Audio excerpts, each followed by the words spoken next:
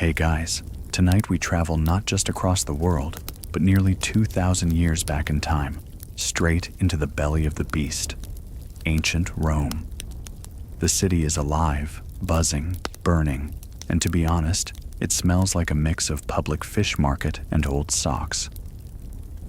You're not watching history anymore. You're breathing it in, and it's thick. You arrive with sandals on your feet, stars in your eyes, and within about 4 seconds, you realize you're in serious trouble. So, before you get comfortable, take a moment to like the video and subscribe, but only if you genuinely enjoy what I do here. And if you're tuning in right now, post your location and local time in the comments. I love seeing where everyone's listening from. Now, dim the lights, maybe turn on a fan for that soft background hum, and let's ease into tonight's journey together. You trudge down a packed Roman street, shoulder to shoulder with sweaty strangers. The air is thick with smoke. Every domus has a cooking fire and the soot lingers like a fog. There's no such thing as trash pickup. Instead, there's just trash, piles of it, mixed with horse manure, stray dog leftovers, and what you sincerely hope is mud. You dodge a cart barreling around a corner, its wooden wheels shrieking on the cobblestones. The driver doesn't even glance at you. He's probably late delivering amphorae filled with garum, Rome's famous fermented fish sauce that smells like a punch to the soul. And guess what? It's spilled. Right next to your only pair of sandals. You've barely started exploring, but you're already sweating like a gladiator in July. The tunic you picked up at the market is scratchy, and worse, it's clearly the foreigner cut. People keep looking at you like you just belched during a funeral. You glance up for fresh air, only to see laundry strung like 1,000 damp flags between tenement buildings. And speaking of buildings, congratulations. Your landlord has placed you in an insula, one of Rome's high-rise apartment blocks, up 5 flights of stairs that look and smell like they've never been cleaned. You reach your tiny, rented room. The ceiling slopes like it's trying to escape, and you can touch both walls just by extending your arms. That's when the noise starts. Evening in ancient Rome is anything but quiet. From one end of your paper-thin wall, you hear a couple arguing. From the other, someone is definitely playing a flute, or possibly strangling a goose. Outside, a procession of night markets clatters along, selling candied nuts and questionable sausages. You're desperate for sleep, but the concept of quiet hours hasn't been invented yet. Historians still argue whether most Romans became immune to the chaos or simply never slept deeply in the first place. You, however, are not immune. You're stuck on a lumpy straw mattress, pressed between a windowless wall and a floor that may or may not be home to several species of bug. A local cat screams. Somewhere far off, a man recites bad poetry to a woman who sounds unimpressed. A drunk stumbles into the stairwell and does not make it past the second step. You roll over, tucking your cloak around you, trying to drown out the world.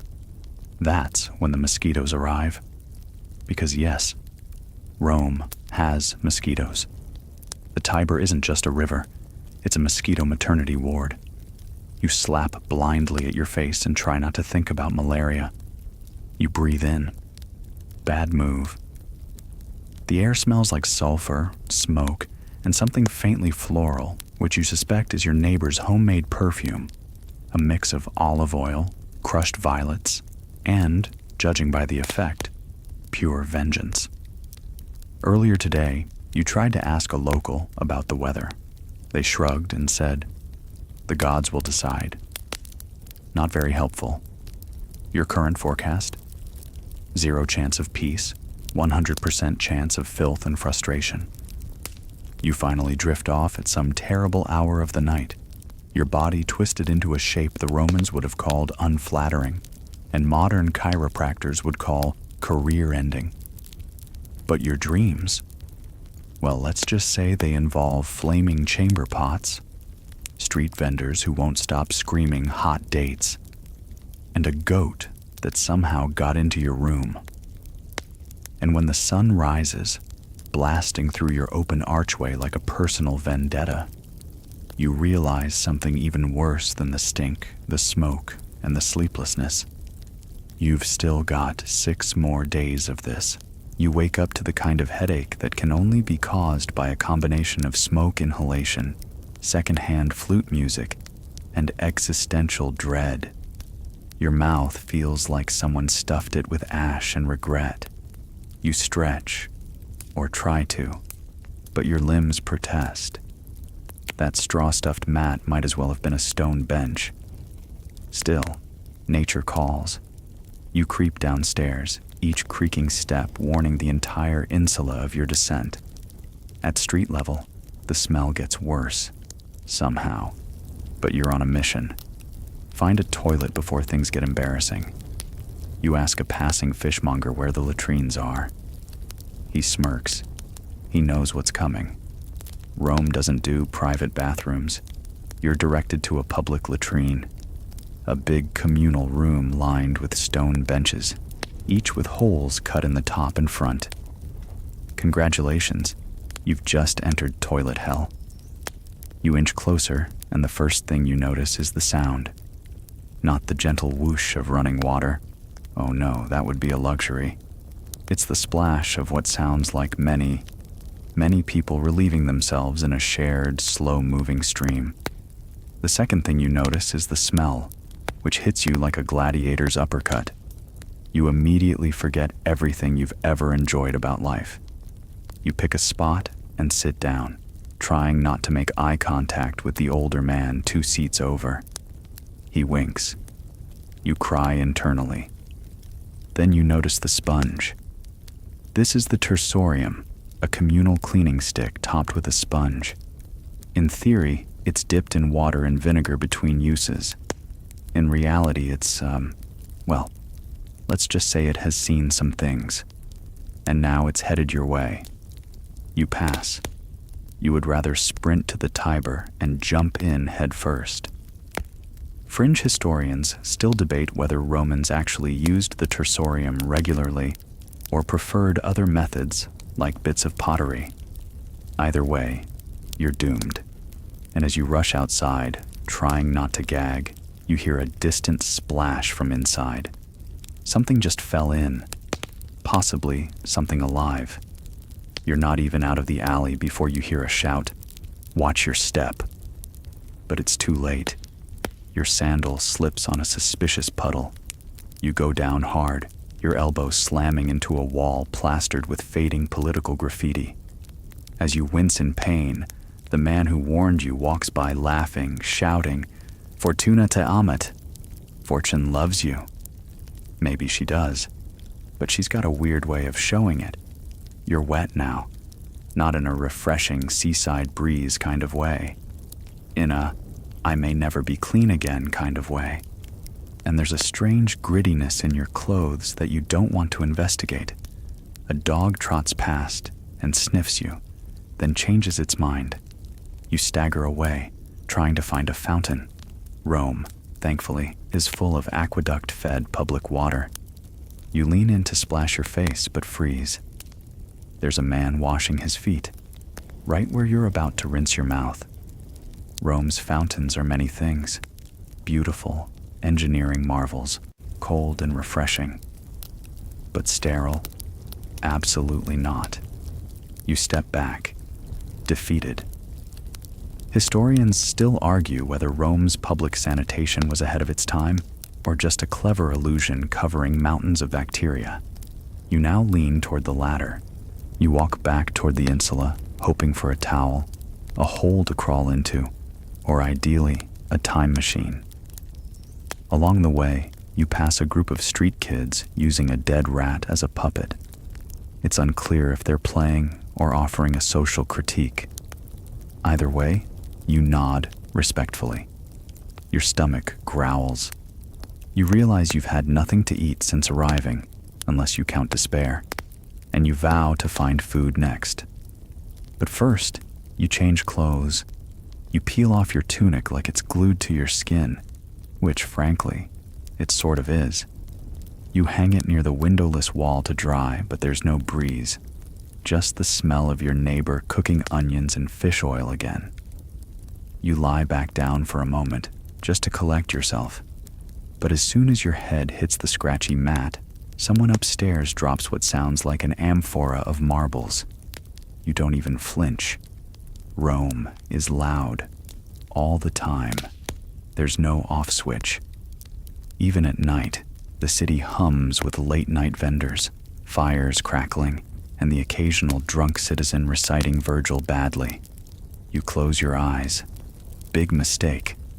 The moment your eyelids droop, your stomach growls again, this time louder. It's time to eat. Or at least try. But you'll need strength. Because in ancient Rome, even going to the bathroom is a fight for your dignity. And so far, you're losing. Your stomach now sounds like an angry Senate debate. It's not subtle. It's not dignified. It's very, very Roman. You gather your remaining courage, dust off your tunic, which is still damp in a way that suggests it may never be dry again, and head back into the streets. The sun is climbing higher, beating down on your neck with an intensity that would fry eggs on marble. And speaking of marble, you spot your first real Roman temple. It's stunning. Columns stretch toward the sky, carved with gods staring down as if judging you for stepping in fish sauce and nearly weeping in a public toilet. You pause, squinting into the light, admiring the grandeur, until a pigeon poops near your sandal. Omens, right? You snap out of your reverie and refocus. Food, that's your mission. You follow your nose, and it's a journey of betrayal. The air is thick with the mingling scents of roasted meats, honeyed cakes, and unfortunately, sewage. You finally find a pepina, a Roman street food stall tucked between two worn brick buildings. It's buzzing with people. You inch forward, examining the offerings displayed in large, sun-warmed pots. A man is serving steaming ladles of lentil stew, bits of salted pork, and what appears to be fried dormice. You blink. Yes, dormice. Roasted, stuffed with herbs, and dipped in honey. It's not a joke. The Romans loved them. In fact, the wealthier class kept dormice farms with tiny terracotta pots called glararia, just to fatten the little guys up. Cute? Sure. Appetizing? You're not convinced. You opt for a safer bet. A slice of panis quadratus, classic Roman bread, shaped like a wheel and marked with divisions for easy tearing. It's rock hard. You nearly chip a tooth. The lentils are more forgiving, warm and full of garlic. As you eat, you try not to think about where the utensils were last washed. You eat standing. Romans didn't believe in sitting for street food. In fact, dining reclined was the status move. You've got to lie back on couches to really eat like an emperor. But you're no emperor. You're a confused time traveler, nibbling lentils on the corner while someone next to you yells at pigeons. As you chew, you overhear a conversation. Two men debate loudly over which amphitheater has better entertainment. You catch phrases like lion too lazy and should have used more criminals. You try to tune them out, but then one of them says something that stops you cold. Execution at noon. Big one. Foreign thief. Should be a laugh. You glance down at your sandals. Foreign. Check. You drop your bowl. Historians still argue whether Roman public executions were more spectacle or punishment. What's not up for debate is how common they were, and how they often doubled as crowd-pleasing events between chariot races and gladiator bouts. You try to look as unnoticeable as possible as you back away. No sudden moves. Just another citizen, totally not from the future, definitely not about to be mistaken for a condemned thief. You duck into an alley and breathe. Not better. The alley smells like everything wrong with civilization.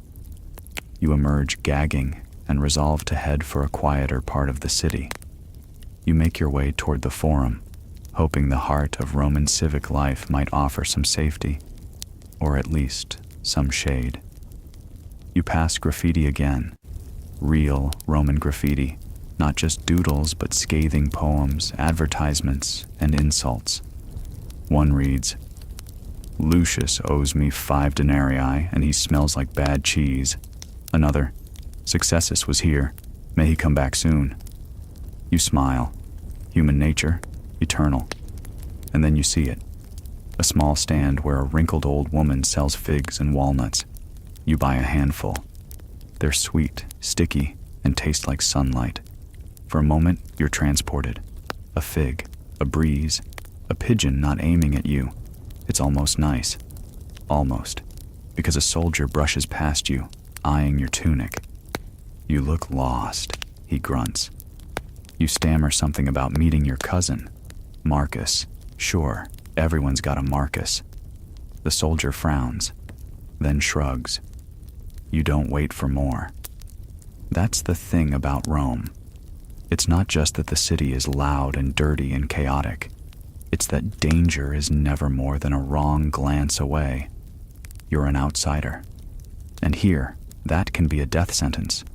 You duck back into the crowd. Your figs are gone. So is any sense of control. You're hungry again, exhausted, and constantly on edge.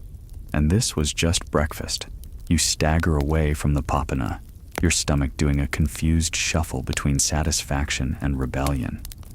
You're fed, for now. But Rome isn't in the mood to let you coast.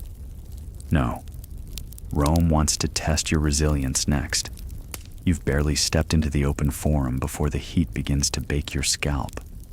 The marble columns glare white-hot in the sun, and the stone beneath your sandals is almost too warm to stand on. Shade? A myth. You're not sure which burns more, your skin or your dignity after the sponge on a stick ordeal. But the forum calls. It's the beating civic heart of the empire, and also, probably, the last place you should be. The crowd is thick. Men in togas argue passionately in tight circles, while others stroll past loudly proclaiming their political opinions like it's a competitive sport. Which, frankly, it is. Women in layered stolas pass by with baskets, flanked by slaves carrying jugs of oil or baskets of dyed wool. A beggar grabs your wrist, muttering a prayer to Cybele before letting go, leaving a smudge on your arm that smells like incense and regret. You pause by a statue of Augustus, who is missing a nose but still radiates smug superiority. You try to blend in by standing with your arms crossed and squinting like you're considering grain tax reform. It's not working. A boy with ink-stained fingers offers to write your name in Latin for 2 denarii.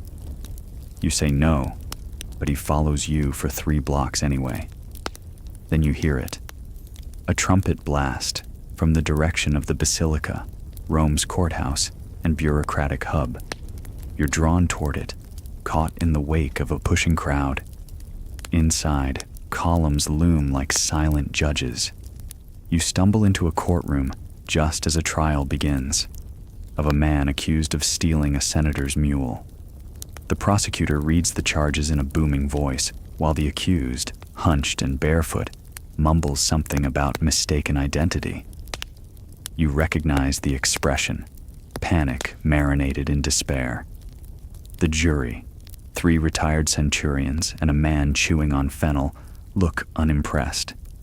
The accused offers to pay a fine, but the prosecutor demands a flogging.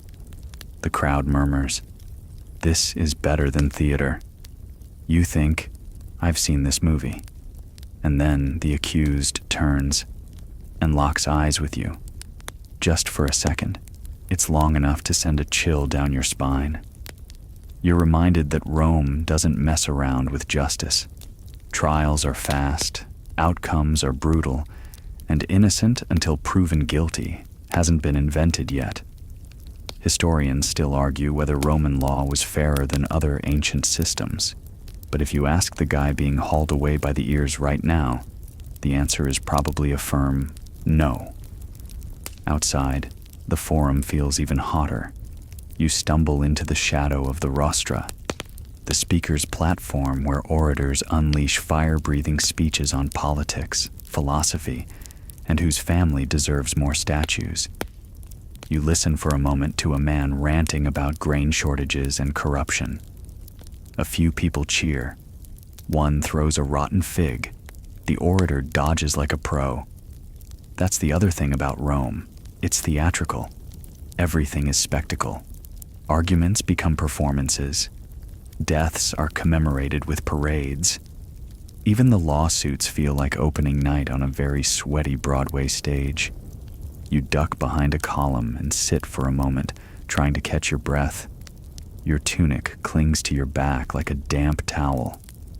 A vendor nearby is selling garum, the infamous fermented fish sauce used to flavor just about everything. You gag softly at the smell. He grins, offers you a sample. You politely flee. You make your way toward the tabularium, the archive building where the government keeps its records. It's the kind of place you'd expect to be quiet and orderly. Instead, it's full of shouting scribes and nervous bureaucrats. You wonder if you can sneak a peek at something, anything, that might tell you how to get out of this mess. You ask a man where the census scrolls are. He laughs. Burned in the last fire. You blink. Which fire? He shrugs. Pick one.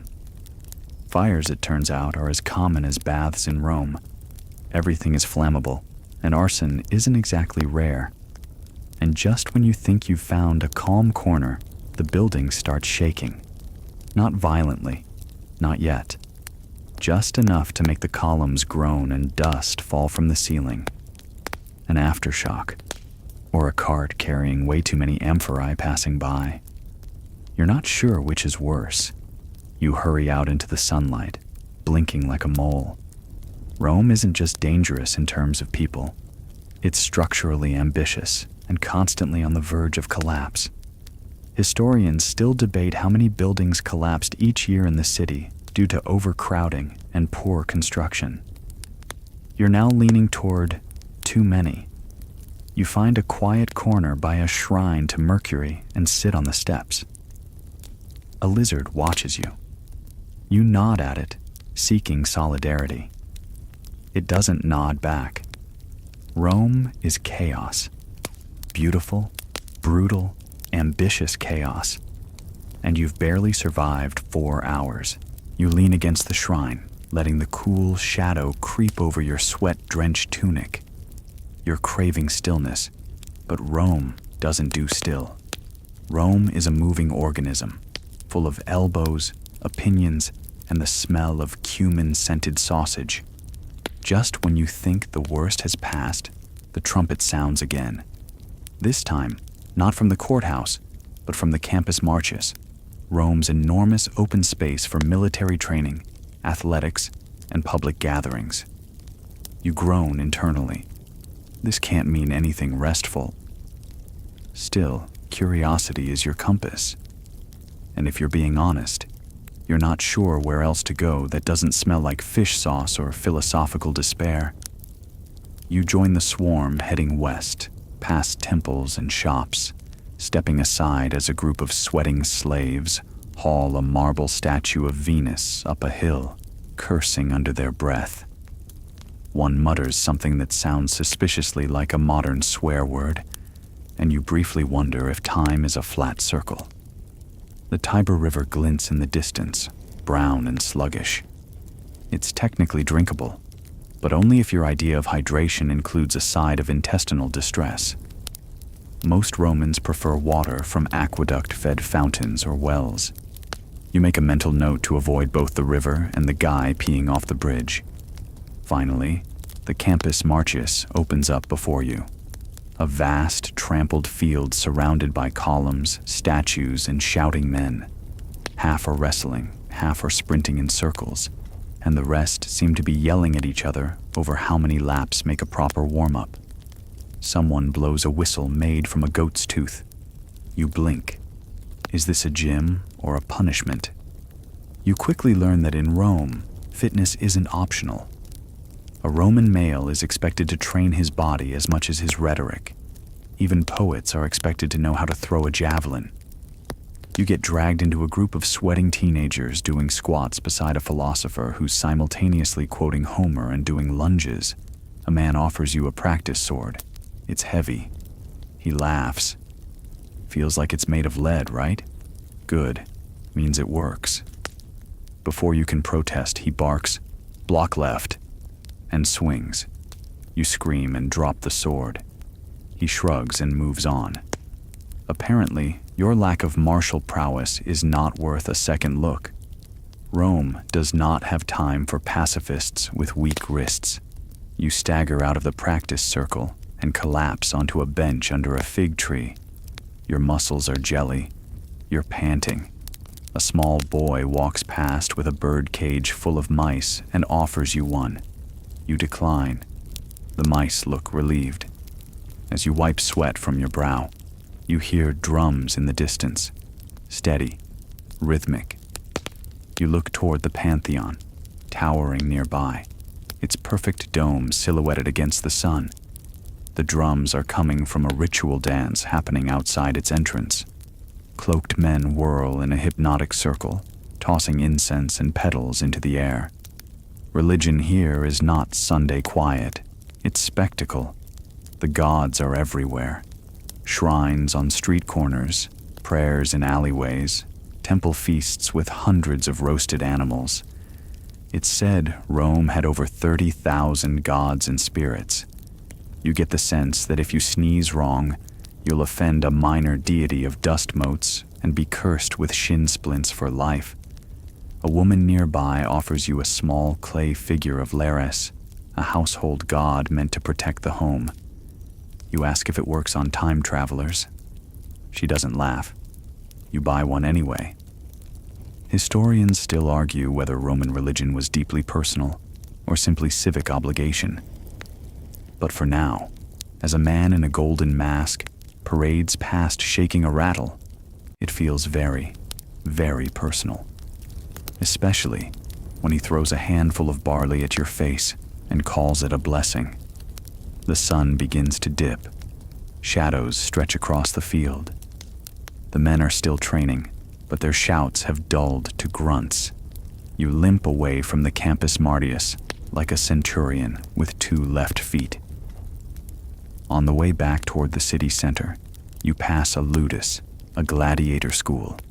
You peek inside and see rows of men sparring with wooden swords, their muscles glistening in the torchlight. It's not glamorous, it's terrifying. The smell of blood and sweat hangs thick in the air. One man has a broken nose, another is vomiting into a bucket. A trainer sees you and motions. You back away slowly, clutching your little Lares statue like a talisman. You're not cut out for the arena, or the gym, or the courtyard, or any of this, really. You wander until you find a public fountain, one of the many fed by Rome's vast aqueduct system. The water is cold, blessedly clean, and you splash your face like it owes you rent. Romans might bathe in groups, gossip in the steam rooms, and scrub each other's backs with olive oil, but at this moment, all you want is to feel not like a puddle in a tunic. You drink deeply. A man nearby dunks his entire head. You follow suit. It's not dignity you're chasing. It's survival. As the sun sets behind the hills, you lean against the fountain and try to remember a time when your biggest problem was a weak Wi-Fi signal. Now, your thighs are burning, your arms are bruised, and your Larry statue is slightly chipped. And still, the day isn't over. You're barely back on your feet when the scent hits you. Smoke, spices, and a vague something that might be goat or donkey. Rome at dusk is a carnival of smells. most of them aggressive. The streets are alive again, noisier than ever. This city doesn't wind down. It shifts gears. Your stomach rumbles. You haven't eaten since that questionable honey cake this morning. And now, following your nose more than your judgment, you make your way toward the Forum Holitorium, the open-air vegetable and food market, crammed between temples and bathhouses. It's chaos. Absolute chaos. Vendors shout over each other, hawking everything from chickpeas to salted fish. Someone's selling skewers of roasted dormice. Someone else is offering fermented fish sauce, garum they call it, with the gleam of someone peddling liquid gold. One seller catches your eye and waves a small, greasy pastry in your face. You take a bite before asking what's in it. Bad move. It tastes like a mix of figs, vinegar, and regret. You nod politely and keep walking. Dinner in Rome isn't about candlelight or quiet. It's loud, smoky, communal. And the food? Well, it's innovative. Roman cuisine values texture, contrast, and whatever's available. You might get a luxurious dish of flamingo tongue if you're wealthy, or barley porridge with onions if you're not. Tonight, you settle for a modest bowl of lentils, flatbread, and a local specialty, boiled cow udder. Yum. You sit at a public bench and try to look inconspicuous as a group of men in tunics debate politics next to you. They're loud, passionate, and throwing crumbs to a passing dog who seems entirely unsurprised by this whole affair. One of them references Cato the Elder. Another rolls his eyes and mutters something about Cicero being overrated. You nod sagely, chewing your lentils like you understand any of it. Historians still argue whether the average Roman truly engaged in politics, or if it was mainly a show for the elite. But here, in this noisy corner of the city, you see how everyone has an opinion. Even the baker's son thinks the Republic is doomed. Someone cracks a joke about the Senate being more corrupt than a wine cellar's scales. Laughter erupts. You chuckle too. Late to the punchline, but it's the effort that counts. As night creeps in, the market doesn't stop. It transforms. Vendors light small oil lamps. Musicians appear, banging drums and blowing reed pipes. A young woman dances with a jug balanced on her head. A man juggles what appears to be boiled eggs. Someone sets off a small firecracker made from hollowed-out wood and flint. You flinch. The crowd cheers. A child runs past, giggling, wearing a wolf mask. You blink. Is that a costume or a warning? Nearby, a tavern or papina beckons. It's dark, smoky, and packed with workers fresh off their shifts. Romans of lower classes eat out more often than you'd expect, not out of luxury, but necessity. Kitchens in poorer homes are rare, so taverns become second homes, places to eat, drink, and complain. You step inside, instantly choking on the scent of wine, sweat, and something burnt. The innkeeper eyes you and gestures toward a clay jug. You take a sip. It's watered-down wine with hints of basil, vinegar, bad decisions. Still, it's wet. Men play dice in the corner. One's already shouting that someone's cheating. Another's asleep in his bowl. A woman with gold-painted eyelids watches you from the shadows, amusement tugging at her lips. She toasts you with a fig. There's a rough warmth to it all. Noisy, grimy, but communal. You feel for the first time a little less like a tourist dropped from the sky, until the fight breaks out. A soldier throws a chair. A merchant screams about spilled wine. You duck as a ceramic plate shatters inches from your ear. The innkeeper roars something about last week's riot and grabs a broom. You decide, very wisely, to make your exit before someone decides you started it. Back outside, the moon is high, casting silvery shadows across cobblestone streets. Rome under moonlight is another creature altogether, Mysterious, eerie, strangely beautiful. Torches flicker, footsteps echo. You half expect a ghost to drift past quoting Virgil. And yet, despite the hour, you're not alone. Nighttime in Rome doesn't mean silence. The streets are still scattered with late-night food sellers, bathhouse stragglers, and the occasional city watch patrol. You pass a thermopolium, a kind of ancient fast food stall, still open, still serving. A teenager slurps lentil stew next to a man in full toga. A stray cat watches from the roof like it owns the place. You nibble a honey-coated nut. Your stomach thanks you. Your feet protest. Your mind, completely overloaded.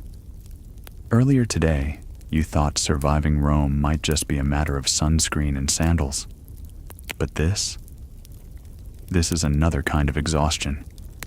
One that hums in your bones. A full-body overwhelm. And just when you think you've had your fill, you hear it. A faint chanting from the next alley.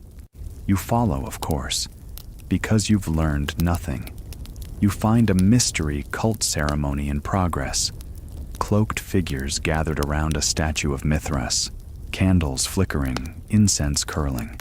They're whispering something about rebirth, stars, and divine bulls. No one's stopping you, but no one's welcoming you either. The mood is charged, intense, sacred. You back away slowly, not wanting to accidentally sign up for an afterlife involving cosmic livestock. And so, under the stars, you finally trudge toward what will hopefully pass for a bed. Rome doesn't sleep. But you?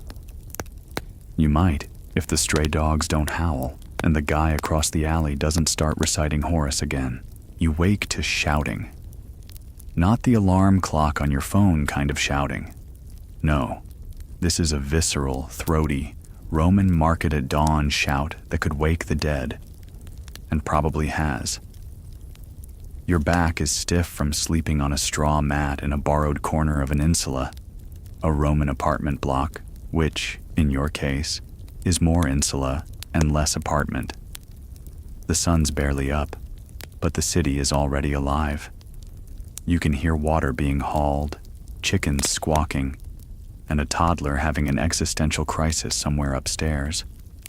A bucket drops from a window, narrowly missing your head. Good morning, Rome. Welcome to insula life, the reality for most Romans.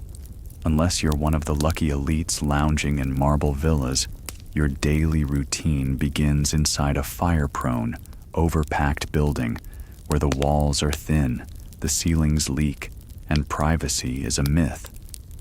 Historians still argue whether the upper floors of these buildings were even safe to sleep in. You wouldn't want to test that debate firsthand. You descend the rickety wooden stairs carefully. People have been known to fall through these, literally.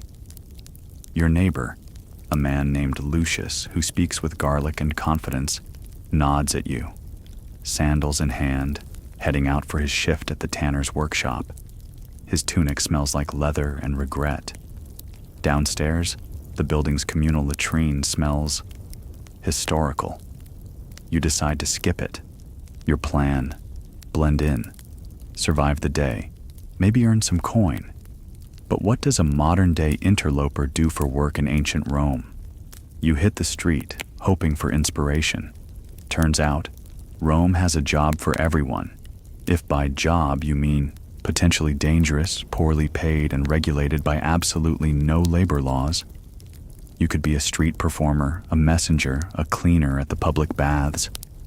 One guy offers to let you carry bricks all morning for a copper coin.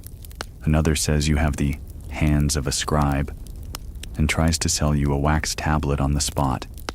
Instead, you end up apprenticing under a baker. Seemed safer. It isn't. The bakery is more oven than room. The heat smacks you in the face the moment you step inside. There's flour everywhere, your lungs, your eyes, your soul. You're handed a long wooden paddle and shown how to slide loaves into a domed clay oven the size of a small Fiat. Your job? Don't drop the bread. Don't burn the bread.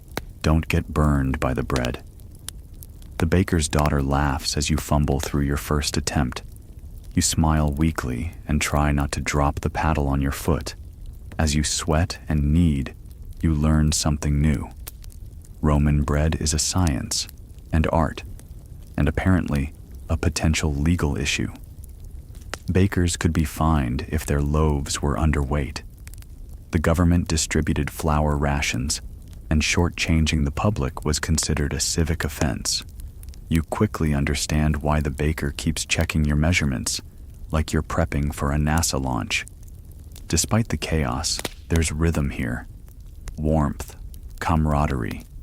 The work is hard, but your fellow bakers tell jokes in between tasks, and there's a strange satisfaction in seeing your efforts lined up in golden, crusty rows.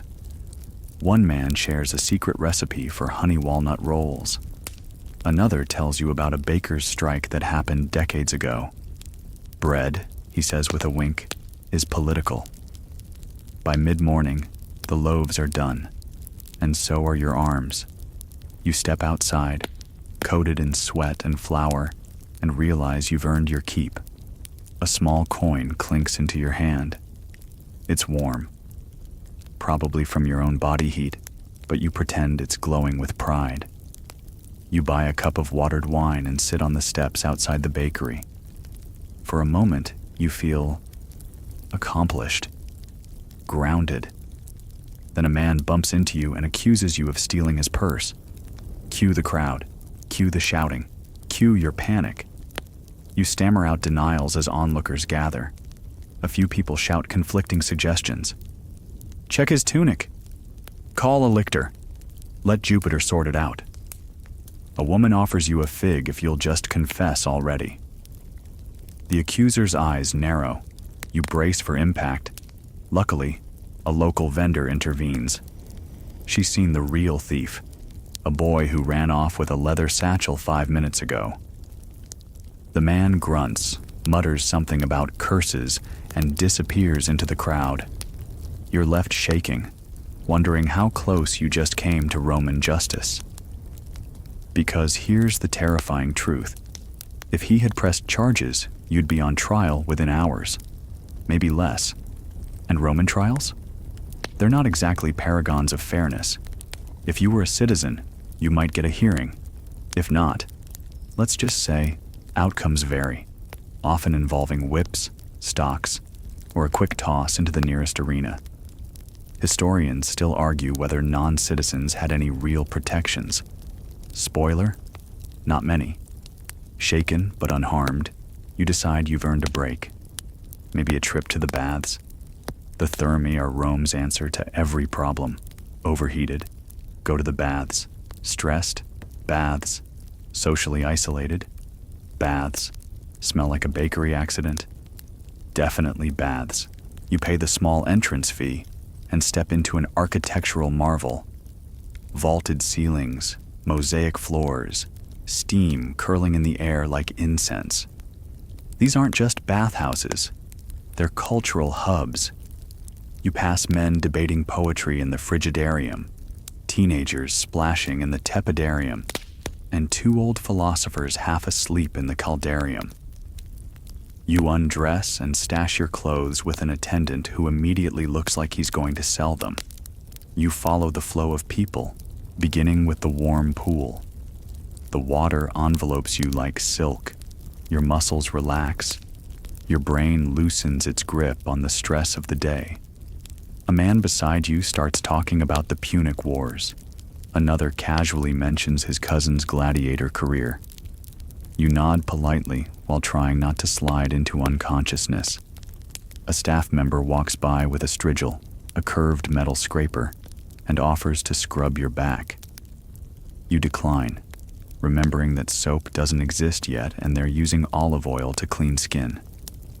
You suddenly regret every massage metaphor you've ever heard.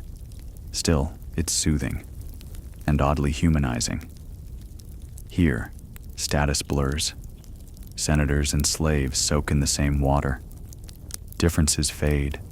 You're all just sweaty mortals, trying to relax before the next indignity. Eventually, someone sneezes, and a bystander immediately offers a prayer to the household gods. You take that as your cue to leave. Clean, fed, and fractionally less terrified, you return to the city streets, grateful not to be in prison or a courtroom. Yet. But the week isn't over, and Rome still has more in store for you. You dreamt you were back home. Air conditioning, soft pillows, possibly a fridge. But now you're awake again, and your straw mat feels even scratchier than yesterday. Rome doesn't ease you in. Today, you're woken not by shouting, but by something far worse. The sharp, sour stench of smoke. You leap up, heart pounding. A fire, number. Just someone cooking fish in the corridor. At 6 a.m., you contemplate skipping breakfast altogether, but your stomach has other plans. So, you brave the smoke, step over a sleeping goat, was that there yesterday, and head out. The day's already hot. Not metaphorically. It's the kind of heat that wraps around your lungs and squeezes. The kind that smells like dust, sweat, and an unfortunate number of unwashed togas. Your goal today is simple. See Rome. Survive Rome. You start at the Forum, the city's social and political nerve center. Picture a chaotic blend of lawyers, merchants, gossipers, and a man selling questionable cheese. It's loud, packed, and buzzing with tension, and it's here you discover Rome's secret weapon, bureaucracy. You thought the DMV was bad? Try navigating Roman law. Petitions, magistrates, clerks, all operating under rules that sometimes contradict each other. Historians still argue whether the sheer complexity was intentional, a kind of control through confusion strategy. You wouldn't be surprised. You pass by a tabularium, the state archive building. Inside, thousands of clay tablets line shelves, recording everything from tax disputes to marriage contracts. It's oddly modern, until you realize there's no digital search. Just slaves and scribes squinting at dusty etchings. A man in a pristine white toga bumps into you. He scowls. You scowl back. He raises an eyebrow. Clearly, you're not from around here. You respond with a weak salve and keep moving. Your next stop, the Curia Julia, where the Senate meets. It's imposing. Marble columns, looming statues, an aura of importance. You stand outside, watching men in red-striped togas argue about land reform, or bread prices, or maybe both. It's hard to tell, especially with Latin that fast. One man gestures wildly with a scroll, another sighs as though he's aged a decade in a sentence. Politics here isn't just heated, it's theatrical. You half expect someone to hurl a chicken for emphasis. Of course, you're not allowed inside, you're not a citizen, and definitely not a senator, so you wander to the rostra, the speaker's platform where orators blast their voices across the forum. A man is mid-rant about corruption in the grain supply. You recognize a few words: fraud, injustice, pigeons. You assume the last one is metaphorical. You hope. The crowd is enthralled. Every few minutes, they murmur or clap or groan, depending on the rhetorical flourish.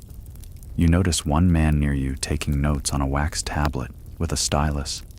He sees you looking and proudly says, "Cicero did it better." You nod, having no clue what's happening. Now for a change of pace. You head to the Campus Martius, a massive open field where soldiers once trained, but now Romans relax, exercise, and socialize. Think Central Park. If Central Park had more marble statues and fewer laws about nudity. People are fencing with wooden swords, practicing discus, and sprinting shirtless under the punishing sun. A group of youths laugh as they wrestle in the dirt. One of them challenges you to a foot race. You politely decline, citing foreign ankle syndrome. There's a gymnasium nearby. You pop in, mostly out of curiosity. Inside, men lift stones, swing ropes, and grunt like it's their full-time job. One man's using sandbags as weights, and another is balancing on a log while juggling. You clap. He glares. Apparently, this isn't a performance. After dodging a stray discus, you retreat into the nearby portico. Shade, finally. You sit beside a fountain, watching pigeons bathe, and consider how deeply Roman life is performative. Everything is about status, display, and knowing the exact angle at which to adjust your toga for maximum gravitas. You wonder how you'd fare in a Roman job interview. Probably not well, unless awkward time traveler with no Latin and mild allergies is in high demand. A man in official robes begins to read aloud from a decree. You realize you're witnessing the announcement of a new law, something about water rights. It's read in a sing-song rhythm, like poetry. People gather, listen, and immediately begin debating. You overhear someone muttering, "That'll make the aqueducts unbearable," which reminds you, you haven't actually seen one yet. So, you set off toward the Aqua Virgo, one of the city's famed aqueducts. This marvel of engineering stretches across hills, arches through valleys, and delivers water to thousands. As you walk alongside it, you marvel at the sheer scale. It's like watching gravity perform magic tricks. You lean over a small fountain fed by the aqueduct and splash water on your face. Cold, clean, glorious. One boy nearby tells you that sometimes slaves bathe in the aqueduct channels upstream, so don't drink too much. You put the water down gently and try to forget that image. By late afternoon, the heat has not relented. You duck into a taberna for food. It's a smoky, bustling joint that serves boiled beans, bread, and something they swear is pork. You try it. You don't ask questions. The owner, a wiry man named Felix, tells you stories while wiping the same mug for 20 minutes. He once saw a horse in the forum, a real horse, wearing a senator's sash. "It was Caligula's idea," he mutters. "Madman." You ask him if Rome ever slows down. He laughs, hard and long. "No, my friend, Rome never sleeps. It just yawns and keeps yelling." You believe him. The sun begins to dip behind the rooftops, casting a bronze glow over the terracotta city. Shadows lengthen. The chaos softens, if only slightly. You head back toward your insula, exhausted, head buzzing from the day. A street performer juggles flaming torches. A woman sings in a language you don't understand. Children chase each other with sticks, pretending to be legionaries. And for a brief moment, despite everything, it feels like home. Until your sandal breaks. Again, you hobble back to your insula with a sandal dangling like a sad relic of better times. Every cobblestone feels like a tiny betrayal. But Rome doesn't care. Rome continues. This evening, you're determined to experience the real nightlife, Roman style, not the candlelit dinner kind, the kind where shadows stretch long and street corners buzz with secrets. But first, repairs. You manage to trade a half-eaten fig for a bit of twine from an elderly woman who calls you "my confused little Gaul." With some dubious knots, your sandal is more or less functional again. Ish. Nightfall arrives, not quietly, but with a brass band's worth of street clamor. Roman nights are anything but silent. Windows glow with oil lamps. Somewhere a donkey brays in protest. Laughter spills from open doorways. The Subura, Rome's most infamous neighborhood, is waking up. Naturally, that's where you're headed.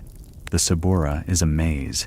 It's equal parts slum, market, tavern district, and moral black hole. Imagine a medieval flea market crossed with Bourbon Street and lit by torches. The buildings lean close together, like they're conspiring. You pass perfumers hawking fragrant oils, bakers shouting about fresh focaccia, and a man selling what he insists is imported Egyptian eyeliner. It's chaos with a rhythm. A fishmonger tosses you a wink. You decline the dried squid on a stick. Inside a tavern, it's even louder. Romans don't drink to unwind. They drink to outshout each other. The wine is diluted, but the arguments are full strength. Two men argue whether chariot racing is rigged. A woman yells something about a stolen chicken. Someone's singing about Mars and potatoes. You're not sure it rhymes in Latin. You sit and observe, careful not to draw attention. A bowl of olives and cheese arrives. Not bad, though you're fairly sure the olives were cured last decade. This is where Rome's pulse beats hardest. Not in the Senate, not in the Forum, but in its backstreets, in the noise and smoke and spilled wine. You chat with a merchant named Junius, who tells you the best time to bribe a city official is right before dawn, when they're too tired to haggle. Historians still argue, he says between sips, whether the city's corruption was strategic or just really efficient. He raises his cup. You raise your eyebrows. Later, walking the street again, you witness a minor brawl over a dice game. One man claims the gods cursed his throw. The other claims he saw him cheating. You think, same thing? Rome's streets after dark are also notoriously dangerous. You keep to the torchlit paths, though Junius earlier warned, if a man in a wolf pelt offers to guide you, decline. Politely. Then run. Good advice. Guards do patrol some areas, carrying staffs and small lanterns. But enforcement is selective. As in, they'll intervene if they feel like it, or if you look especially robbable. You overhear someone whispering about the vigils, Rome's version of a fire brigade and night watch rolled into one. They're half firefighters, half cops, and half asleep most of the time. But when there's a fire, they show up with buckets, axes, and the subtlety of a chariot crash. Speaking of which, fire's a real fear. These wooden insulae go up like tinder boxes, and there's no fire code, no emergency exits, just screaming and chaos.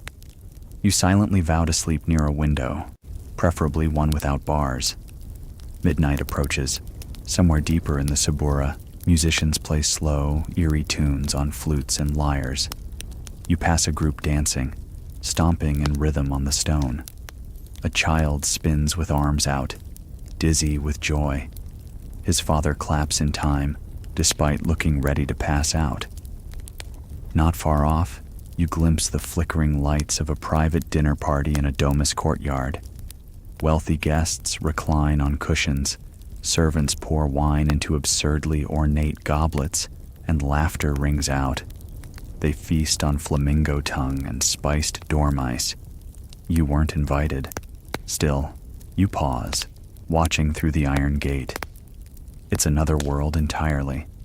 The rich don't just live differently, they practically inhabit a separate city. A guest raises a toast, likely to Bacchus. You raise your imaginary goblet in solidarity, then wander off into the dark. Back near your lodging, you finally stumble upon a latrine. Public, of course. A stone bench with holes, lined above a small channel of flowing water. No dividers, no privacy, just eye contact. You wait until it's empty. Sit. Try not to think about the shared sponge on a stick situation. Romans call it the tersorium. You call it nope.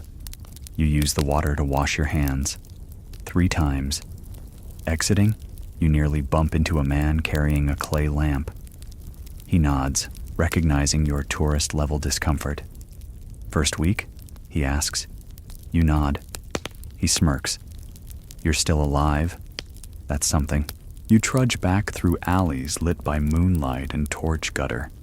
You realize there's no such thing as silence here, only less noise. A dog barks, a lute twangs, A couple laugh somewhere behind you. Your insula awaits like a dark monolith. Climbing the rickety stairs, you dodge a rat the size of a sandal, possibly your sandal, the one that broke earlier. You're too tired to care. Inside your room, the air is thick and uncooperative. You lie down on your mat. The floor creaks ominously. You don't move. And just as sleep is about to claim you, a neighbor begins practicing pan flute. Badly. You sigh. You survived another day in Rome, but just barely.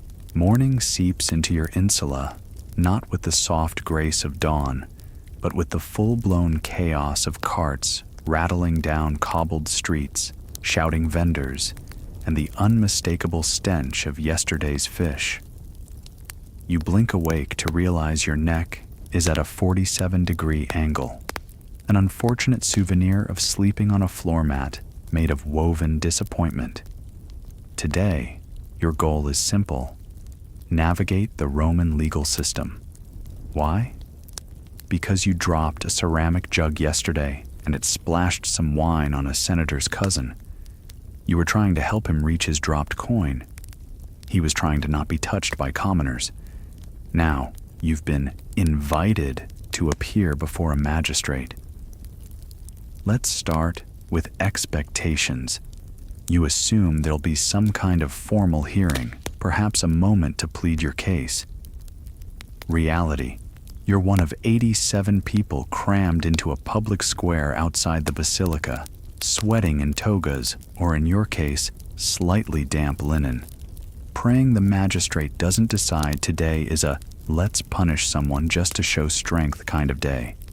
You queue beside a man with an eye twitch and a woman loudly claiming her neighbor's chicken is possessed.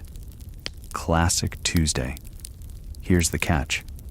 Romans don't exactly believe in innocent until proven guilty. It's more like, do you look like trouble? You're probably guilty. When your name is finally mispronounced, you step forward. The magistrate barely looks up. He waves his hand toward a man in a tunic 3 sizes too small who starts asking questions, quickly, sharply. Your Latin's decent, but not lawyer speed Latin. You flounder. Someone snickers. The cousin shows up, of course, wearing a face that screams, I own 3 villas, and you stepped on my sandal. He accuses you of assault via pottery. You try to explain it was an accident. He accuses you of smelling like a Gallic stable. Historians still argue whether the Roman courts served justice or simply enforced hierarchy. Today, it feels like the latter. Eventually, a scribe steps in, whispers something to the magistrate, probably that this isn't worth anyone's time, and you're let off with a warning and a fine. You don't know what for exactly, but someone takes your belt as collateral. Wobbling out with your tunic doing its best to stay up, you breathe in Rome's acrid morning air and head straight for the nearest fountain.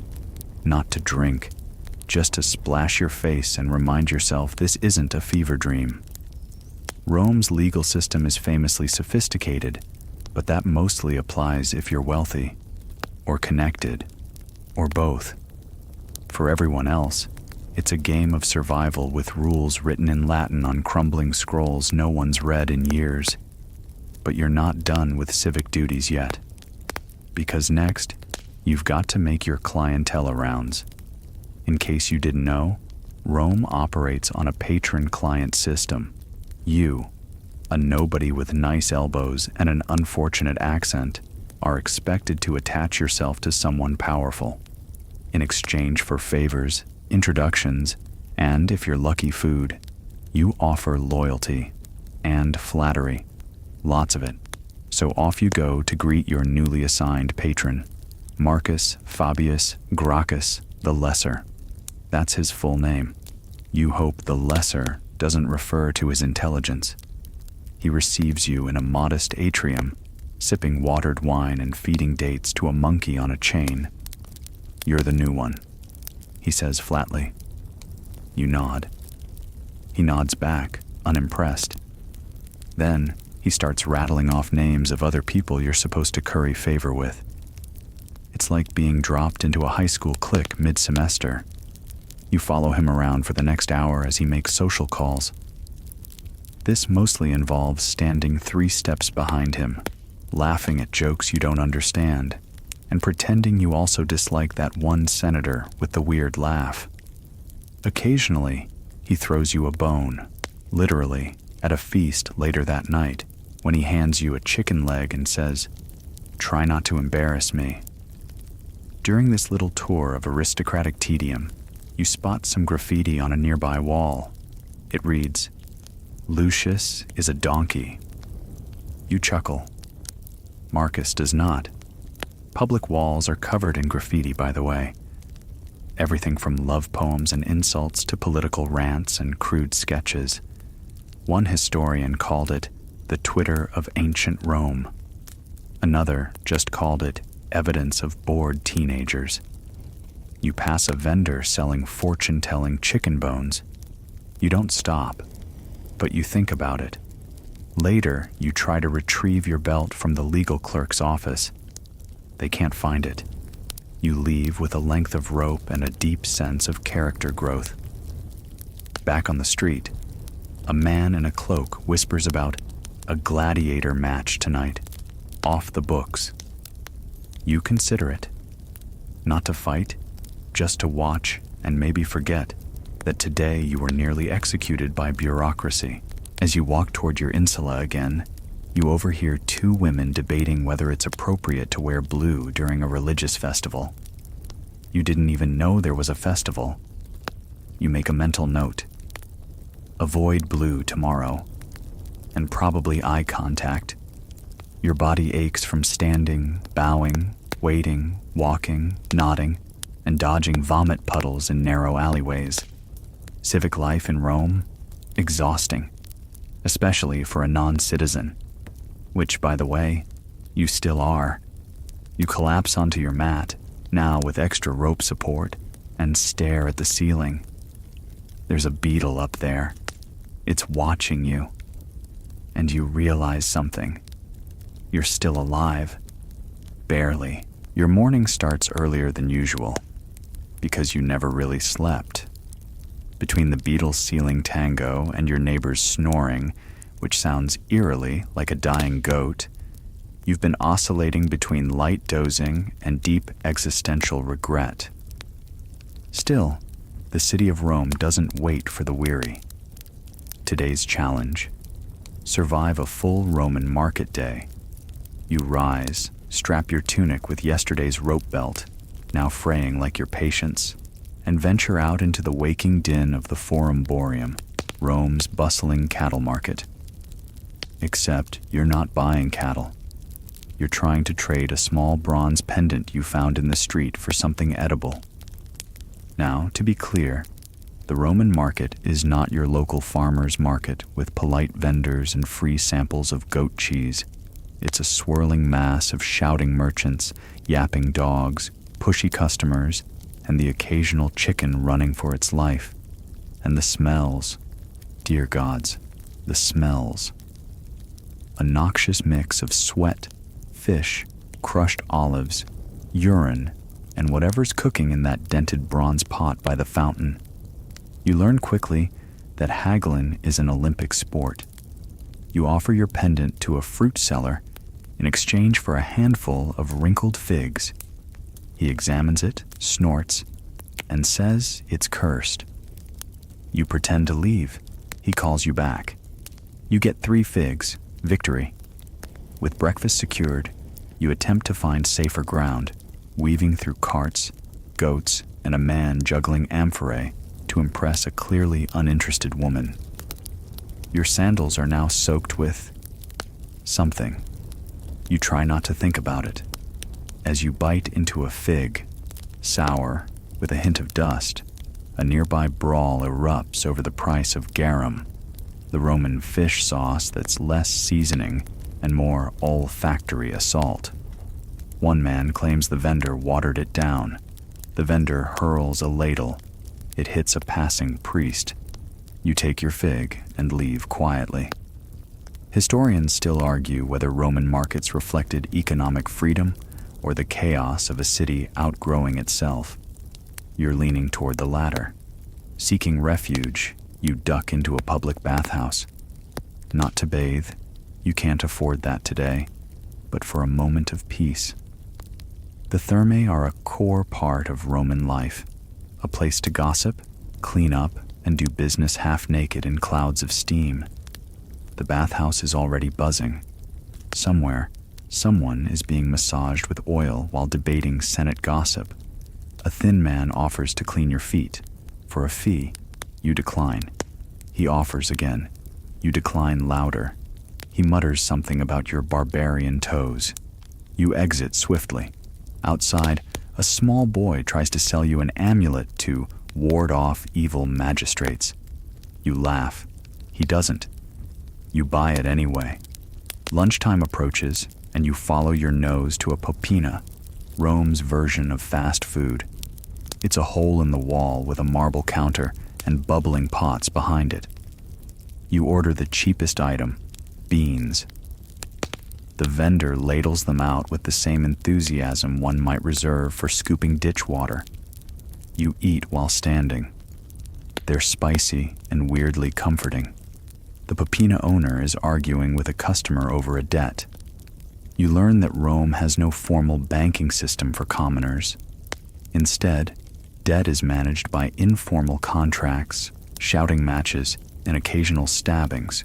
You quietly return your bowl and back away. Midday heat sets in. The city glows under a harsh sun, and the marble buildings reflect the light like angry mirrors. You find a shaded spot beside a temple to rest. A passing augur watches birds circling overhead and declares it a good omen. Then he sneezes violently and walks away. You're not sure what that means for your fate. You eavesdrop on two elderly women discussing dreams. One saw a goat with wings, clearly a bad sign. The other dreamt of her husband falling into a fish barrel. She seems oddly pleased. By mid-afternoon, your stomach is doing strange things. You suspect the figs, or maybe the beans, or maybe Rome itself. You stop at a street performer balancing a sword on his chin while reciting Virgil. He's incredible. A man drops a coin in his bowl. Another steals the coin. The performer doesn't flinch. You clap. He nods in thanks. As shadows stretch long across the cobblestones, you decide to spend your last coin on a honey cake. It's sticky, sweet, and worth every as. You sit near the Tiber, watching boats drift by, some loaded with grain, others with amphorae of imported wine. You wonder where they came from, where they're headed, and how none of them smell like they've bathed this decade. A group of soldiers pass, laughing and sweaty, their swords clinking. They're on leave. One tosses a peach pit at a passing cat. The cat hisses. The soldier laughs. You avoid eye contact. At sunset, market stalls begin to close. The city dims slightly, but only slightly. Rome never truly sleeps.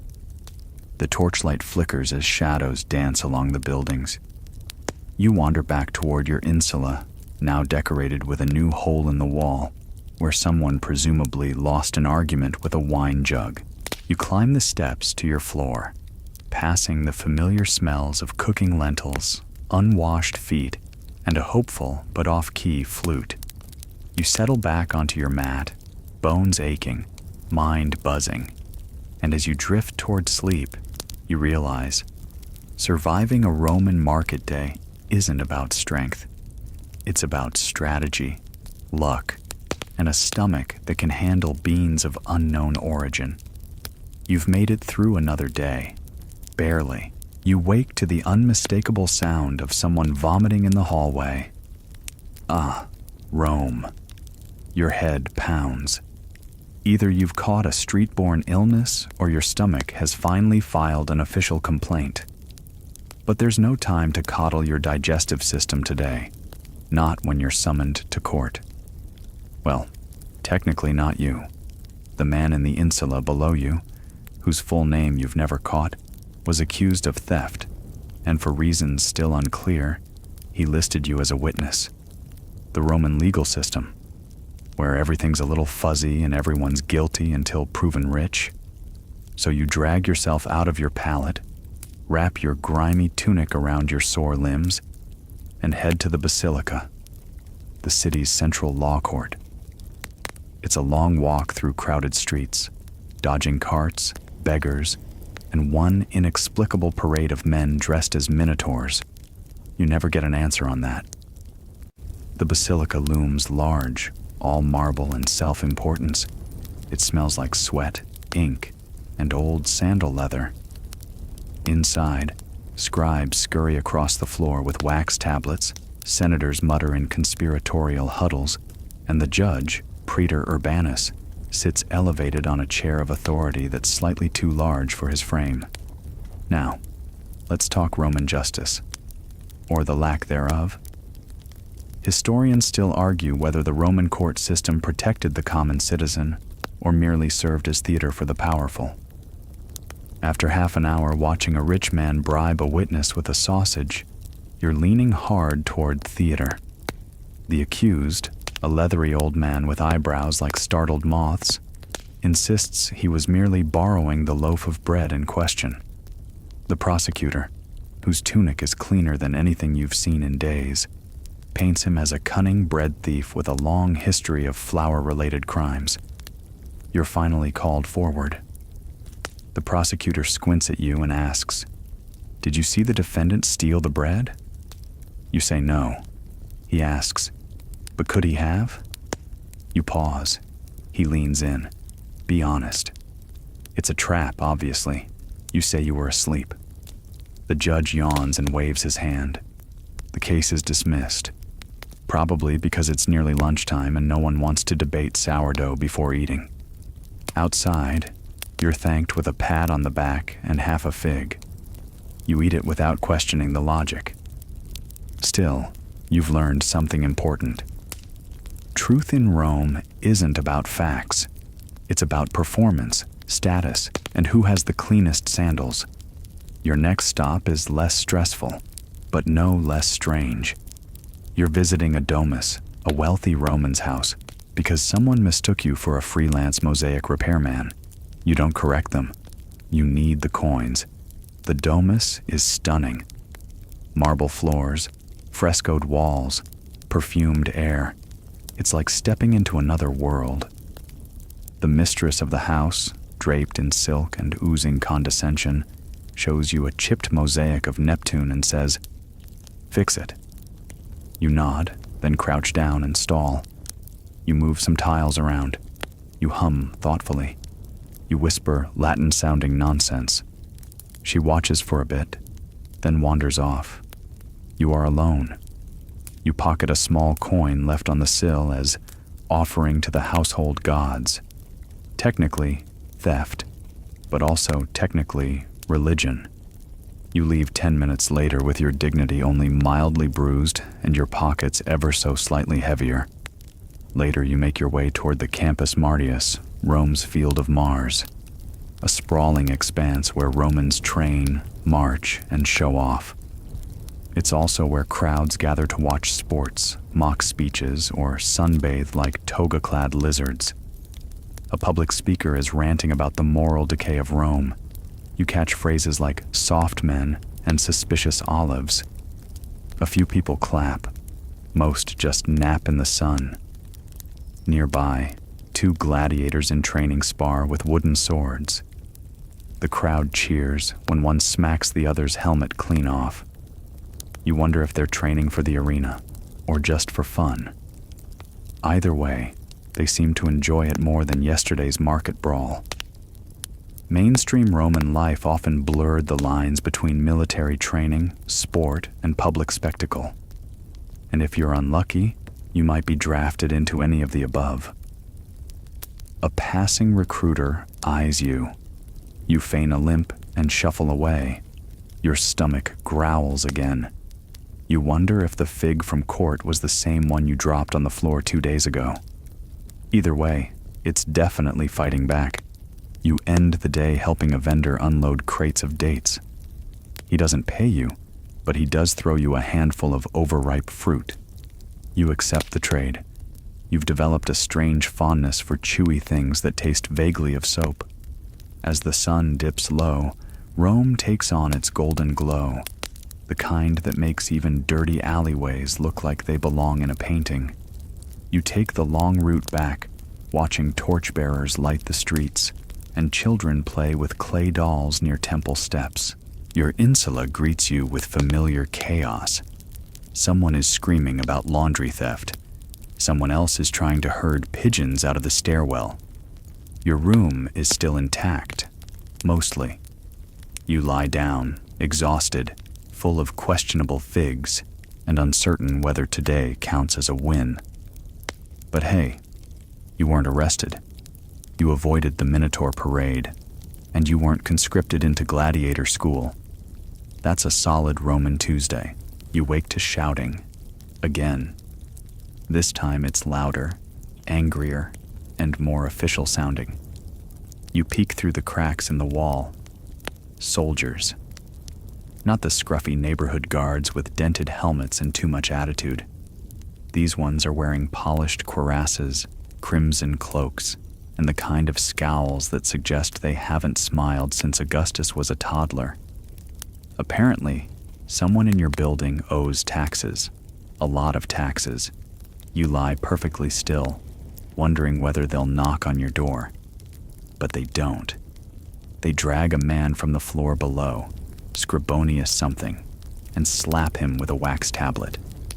His wife hurls a shoe at one of the soldiers. They hurl it back. The tax man always wins. Historians still argue whether the Roman tax system was a form of state-sponsored extortion or a legitimate civic duty. You're leaning toward extortion. The man they just hauled off was a cobbler, not exactly emperor material. You shuffle down to the forum, trying to avoid any more state-sanctioned drama. Today, you've agreed to meet a man who claims he can get you into a lucrative business opportunity. You're 75% sure it's either a pyramid scheme or illegal dice crafting. But before you can find him, a priest of Jupiter grabs your arm and drags you toward a sacrifice. It's a monthly ritual, and attendance, while not technically mandatory, is strongly encouraged. You figure that means show up, or we'll assume you hate the gods and throw you in the Tiber. So you stand there, watching a spotless white bull be led into the temple. The priest chants, the crowd hums, and the animal looks deeply unimpressed. Moments later, it's over. Clean, quick, and oddly theatrical. You're given a crumb of the sacrificial bread. It tastes like ash and regret. You wander off before they assign you cleanup duty. Rome loves its traditions, but it rarely loves the aftermath. To clear your head, you decide to visit the public baths. Ah, the Roman thermae. Equal parts hygiene, social club, and low-level chaos. You pay a small fee, possibly to a man who does not officially work there, and step into the steam. The air is thick with eucalyptus, gossip, and ambition. A senator discusses grain shortages with a merchant while scrubbing his armpits. Two women in the corner whisper about someone's affair, using the steam as camouflage. An elderly man accuses a boy of stealing his sandals. He's wearing them. Mainstream Roman bath culture blended cleansing rituals with civic networking in ways that baffle modern sensibilities. And yet, it all works. Mostly. You drift through the caldarium, the tepidarium, and the frigidarium. Each one shocks your body in a different way, and none of them are particularly relaxing. But for a few blissful minutes, you forget about taxes, sacrifices, and questionable figs. You're pulled out of your reverie by a man trying to sell you a carved bone comb. You decline. He offers it again, now claiming it's enchanted. You say no. He shrugs and uses it to scratch his back. You leave before he tries to sell you anything else. Outside, Rome bustles like always. Children play with hoops in the street. A stray dog steals a loaf of bread and is promptly declared emperor by a group of drunk youths. You can't tell if it's a joke or the start of a political movement. You're heading home when you spot your name, sort of, scratched into a wall. Marcus Lies. That's not your full name. And it could be another Marcus. But the handwriting looks familiar. You ignore it. The Romans invented passive-aggressive graffiti. You've seen worse. One time someone drew a donkey with a senator's face. It stayed up for weeks. Back at the insula, things are miraculously quiet. You share a dinner of boiled lentils and sour wine with the neighbor who accused you of stealing their comb 3 days ago. You've both decided to pretend it never happened. Afterward, you lie on your back, staring at the cracked ceiling. Somewhere, someone is playing a reed pipe. Badly. You try to tally your current list of achievements. Not arrested, not cursed by a priest, you think. Gained mild muscle tone from avoiding taxes. Smelled like eucalyptus for 5 entire minutes. You're starting to understand why Romans always seemed half crazy. The city is relentless. It demands everything: attention, strength, patience, and gives back chaos wrapped in ceremony. But somewhere between the madness and the mosaics, you've learned to survive. Almost thrive. You close your eyes and imagine a different life, maybe as a baker or a scroll scribe, or someone who's never met a Minotaur impersonator. And just as you're drifting off, someone yells, "Fire!" Of course, you burst upright. Not again. This time the flames are real, not some drunken torch accident or overcooked dormouse recipe gone wrong. No, this fire's crawling up the insula like it's late for a Senate meeting. You throw on your tunic, grab a blanket, and, because you're slightly more seasoned now, your sandals. You've learned that running barefoot through flaming rubble is one of those things best avoided. The hallway is a war zone. Neighbors shout. Some carry valuables, others just carry each other. You spot the elderly woman from 2 floors down lugging a bust of Minerva that's almost her size. Priorities. Outside, the street's chaos incarnate. Buckets are being passed hand to hand in an effort that feels both heroic and hilariously insufficient. A donkey bolts past with a clay pot balanced on its back, seemingly part of the evacuation plan.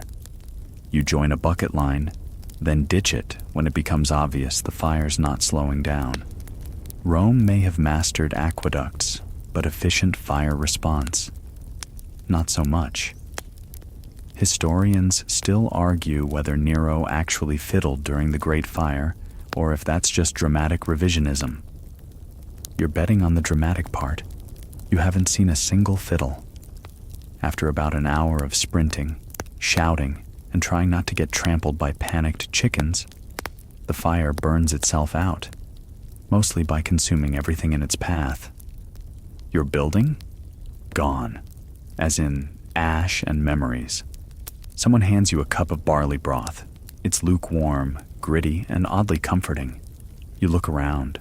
Other survivors cluster together in small groups. Some pray, some cry, some already haggle over salvaged floor tiles. But you, well, you sit on a cracked column base and breathe, and for the first time since arriving in Rome, you feel something you hadn't expected: clarity. Rome is glorious, yes, but it's also fragile. It runs on ambition and ash, gods and gossip, temples and tinderboxes. You think back to your first day, how the noise overwhelmed you, how the smells assaulted your modern sensibilities, how you couldn't imagine surviving even a week here. And yet, here you are, slightly singed but standing, in the heart of a city that chews people up and spits them out with laurel crowns. You take a deep breath. smoke-tinged, but still yours. And look to the skyline. The domes and columns gleam under the moonlight like they're trying to apologize for earlier. You wander toward the field of Mars, where temporary shelters are being raised. A young boy with a goat offers you half a plum. You accept, unsure if it's kindness or currency. By midnight, you found a patch of ground not currently on fire and curl up beneath your blanket. The stars blink overhead, smug and silent. Around you, people murmur, dream, snore. Somewhere nearby, someone starts singing a hymn to Diana, off-key, but sweet. You stare at the sky and whisper, "Not dead yet." The goat bleats in agreement. Tomorrow, you'll find new shelter, maybe even a new job. You've heard rumors of an amphora painting gig. Not glamorous, but then again, what is? You drift off imagining yourself in a toga, sipping watered wine and making questionable art choices on ancient pottery. And for the first time, the thought of another week in Rome doesn't sound like a punishment. It sounds survivable. Morning breaks slowly, as if the sun itself is reluctant to rise over the scorched edges of the city. You stretch beneath your blanket, bones stiff from sleeping on packed earth, and for a brief delicious moment, forget you're homeless. Then, a man trips over your feet and shouts in Latin. You're pretty sure is mostly made up, and reality returns with all its gravel and discomfort. Breakfast is what you'd call aspirational, a crust of bread that survived the fire inside someone's satchel, and a communal fig passed around like sacred treasure. It tastes smoky. Everything tastes smoky now. The makeshift camp is bustling. Rome may burn, but Romans rebuild with infuriating optimism. Already, a group of workers from Ostia are arguing over who gets to rebuild your insula. You don't have the heart to tell them you never paid rent. You wander through the field of Mars. The open space, usually reserved for military drills and political grandstanding, now hosts a pop-up society of survivors. Children play with charred roof tiles. An old senator lectures anyone who will listen about how this is exactly what happens when you ignore omens. You almost laugh. Almost. Eventually, you're roped into helping erect a shelter. The man in charge swears he was once an architect, though he uses architect and actor interchangeably. Still, it's work, and the rhythm of hammering reeds into place dulls the sharper edges of your thoughts. Mainstream accounts praise Roman resilience, yet fringe texts describe how entire districts would vanish into political black holes after major fires. You suspect your neighborhood might be one of those black holes now. After lunch, legume stew, again, you decide to check on some acquaintances. The fish seller survived, though he claims his best tilapia were stolen in the confusion. The Minotaur impersonator? Alive and already planning a rebirth performance. You don't ask what that entails.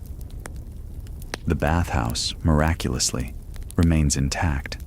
You linger by its entrance, debating whether you smell so much like smoke and soot that it circles back to being fashionable. Ultimately, you skip it. Public bathing suddenly feels too public. Instead, you take a long walk through the less charred side of the city, past the Temple of Saturn, where priests sweep ashes from the marble steps, past the market stalls, already back in full swing, hawking fire sale prices with terrible puns. Near the Capitoline Hill, you stop to rest. The air is clearer here. A breeze nudges your hair. You watch a hawk wheel over the forum, as if nothing ever burns, and in that moment, it hits you. You've lasted an entire week in ancient Rome. 7 days of unrelenting, uncensored chaos, of riots and rituals, of fire and figs, of minor crimes and major misunderstandings. You survived bad food, worse plumbing, taxmen, curses, suspicious goats, and at least one very convincing lie about crocodile-based beauty treatments. You didn't escape unscathed, no. You're bruised, a bit thinner, and significantly less trusting of anything labeled medicinal. But you made it. The city tried to shake you off like a flea on a lion's back, and failed. You stand up slowly. Your muscles ache, your tunic's torn, and your feet have achieved a state of filth that no sandal can save. But you're still here. You, a modern soul, misplaced in time, dragged through history's most unforgiving metropolis. You endured. As the sun dips behind the rooftops, the sky glows orange, not with fire this time, but with something gentler. Promise, maybe, or just a merciful lack of arson. You head back to the field of Mars, where the night crowd gathers around small fires and trade jokes about collapsing walls. You smile, because now you understand. Rome doesn't just burn. It blazes, flickers, smokes, rebuilds, and breathes. And if you can breathe with it, just long enough, you might even learn to love it, or at least to respect the madness. You wrap your blanket tighter and nestle into the reeds. Overhead, the stars appear again, bright and distant. Your neighbor snores, someone coughs. Somewhere far off, a woman sings a lullaby to a child who stopped crying halfway through. You close your eyes. Tomorrow will be another ridiculous, relentless, miraculous day. And somehow, you're ready. So now, as the fires fade, and the clamor of ancient Rome softens into the hush of night, let yourself drift. Picture yourself lying beneath that Roman sky once more, the ground still warm from the day, the air finally cool enough to breathe without tasting smoke. The chaos is behind you. The stone columns stand like silent sentinels in the dark. Even the ever-chattering crowds have quieted, lulled into sleep by exhaustion and the rhythmic whisper of wind through olive branches. You've endured what few could. 7 days in a city built on contradiction, where beauty and brutality live side by side, and the ordinary feels epic simply because you survived it. Every strange smell, every overheard curse, every too salty stew, all of it now distant, like a dream dissolving just as you begin to understand it. Let your breathing slow. Let your shoulders sink deeper into the imagined earth beneath you. You've run through burning alleys. You've outwitted tax collectors. You've bathed in sacred springs and dodged sacred geese. And now you can rest. Because here, in this moment between stories, the world finally holds still. The stars above you, they haven't changed. They watched over emperors and exiles alike. They blink now for you too, gently, knowingly, as if to say, yes, you were here. So exhale one last time. Let go of Rome, its weight and wonder, its grandeur and grime, and as your heartbeat settles, as your eyelids grow heavy, know this: you did it. You survived. Good night, time traveler.